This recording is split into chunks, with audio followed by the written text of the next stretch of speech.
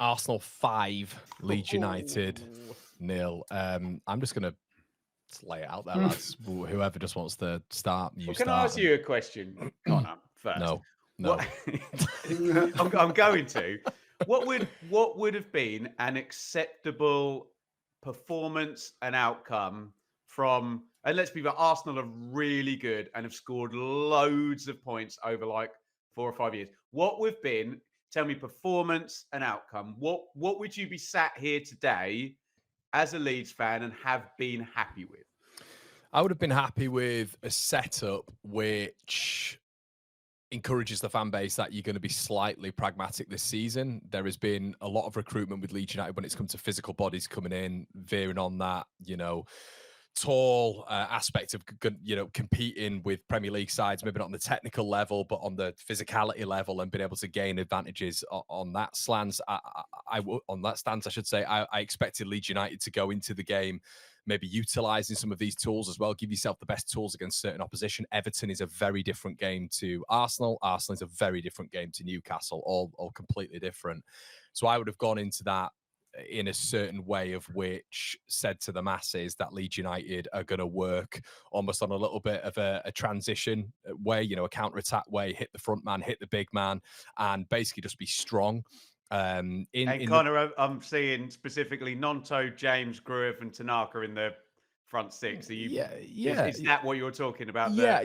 And I'm talking about the slightness. You're going up against the side who are notoriously massive and statistically so impressive on set pieces. Leeds United put so many short players in that side that the style of play was to play out from the back. We got caught within 3 minutes playing out from the back. The baseline pivot builder was Elia Gruev, which is staggering in itself. He is not that sort of player. He's not progressive.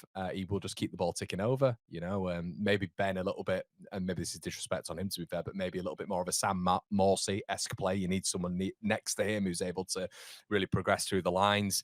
We didn't do that, so we set up wrong. I think, Ben, going into the game, you know it. You were in the Premier League last year as well. Obviously, you both have covered the Premier League for a large amount of time now. I would have gone into it being absolutely, unequivocally okay with us losing 2 or 3-0. Fine. But show a bit of fight, show a bit of resolve, show a bit of resilience, have a little bit of pragmatism if you're the manager, change things up at half-time, do something that gives you the best chance. And I think us Leeds fans would have completely understand that you're going up against a juggernaut in Arsenal. But to wave the white flag, which I thought we did, wasn't good to see. And I think you kind of hope going into these seasons, I know it's not realistic, chaps, but you go into this season that when you've been so good last season defensively, pre-season against very decent teams as well, we've been compact, we've been solid, looks like we've had a bit of an idea, and that's been driven from recruitment. You go into Everton and you're solid at the back as well. Then you go into Arsenal and understandably the opponent is what it is, but you'd like to see a little bit of resolve. You don't want to see a 5-0 on the second game, 2 or 3-0 and showing something. But I thought it was just a complete, there you go, Arsenal. Here's all the respect in the world and we'll let you have 5 goals, and it probably should have been more. That's kind of where I'm at with it. So what was the game plan then? Because what happened before? Obviously, when you go 1-0 down away at Arsenal, it's a little bit kind of game over. Although that was actually one game last year that Ipswich kind of did what you said and were, Arsenal had loads of shots and stuff, but it was actually 1-0 with 5 minutes to go. And then Leif Davis ran up the pitch and put a crossover, and you're actually going, my God, could they actually nick a goal from this? Then Arsenal score again and make it 2-0 or what have you. But what was the game plan at 0-0, Connor? The game plan from my perspective was for Daniel Farke to be wedded to his principles, which I am slightly worried about. He's coming into the Premier League and thinking that he can almost go on the Russell Martin, Southampton slant, lads, and the Vincent Kompany Burnley slant, which is... It's not that extreme, though, is it? No, yeah. Well, when you're playing out from the back and continuously doing so and continuously getting caught on a high press with some of the best box presses in the world, you're looking at it and thinking, wait till you play Bournemouth, mate. They are ridiculous, honestly. Yeah, and of course, 100%. And I mean, the amount Bournemouth run and the amount of recoveries in the final third they make as well, it's ridiculous. But I just think going into these games, chaps, it's like what I was mentioning earlier on. And I know you're not going to beat Arsenal, but listen to what Ben just said there. 1-0. Leif Davis gets the ball. You've stayed in the game. Leif Davis gets the ball, marauds to the other side, and you might just Deflection. get something. Exactly, a deflect. You might get something on the off chance. I think sometimes it's very dangerous to just think we're going to get 3 points here, 3 points here, 3 points here, 3 points here. The Premier League doesn't work like that. So I think you've got to be compact. You've got to be ready. I didn't like his comments after the match saying how great Arsenal were and effectively we never had a chance. Okay, well, let's set up so we can maybe have a chance with the tools at your disposal. Yeah, I think the game plan was, Ben, to answer your question in a hopefully well-rounded way, was to play out from the back, play through Alai Gruev, and you could see that from the setup and play to Joel Peru vertically, which I think against Arsenal is criminal. Don't know what you boys think. I think it was absolutely criminal. Well, it's suicidal, isn't it? Sort of playing out the back from a team being promoted against Arsenal away from home as well. Is Farke being stubborn? I'm curious to get both your takes on that. I don't know. I just think we said this off camera before we started recording, Conor, that I'd have liked to have seen Nemecha starting after he got his goal last week, and just clear your lines, see if he can hold it up, try and keep the ball away from your end. It just felt like, I know it's Arsenal versus a promoted team, and it's always going to be difficult, but it was just wave after wave after pressure, and the result, as you were watching the game, kind of felt inevitable that it was going this way, and there wasn't really any opportunities for Leeds to try and change the course of the game.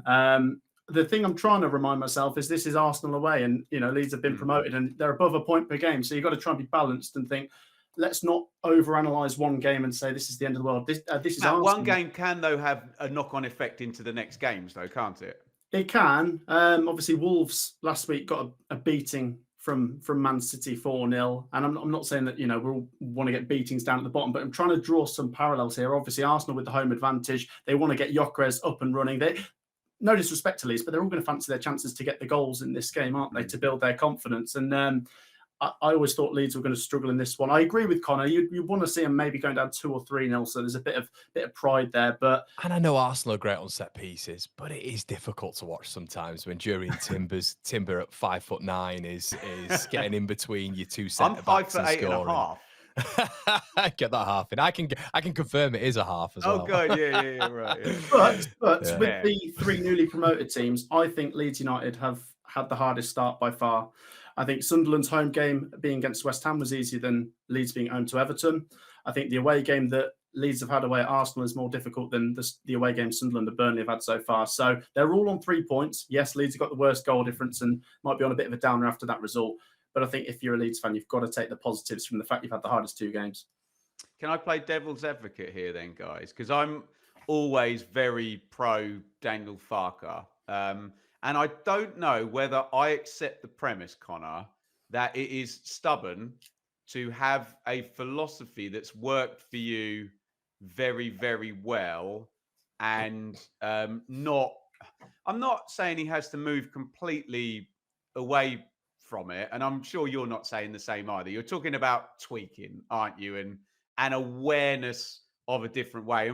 We've all heard the interviews, and he's very charismatic, and he says it in his German accent about parking 2 buses in front of the goal and kicking the ball out the stadium, and he will never, never, never do that. And I think after you've won a game or scored 100 points or got your 3rd promotion from the EFL Championship, everyone kind of nods along and says, he's one of the good guys. He wants to play football in the right way.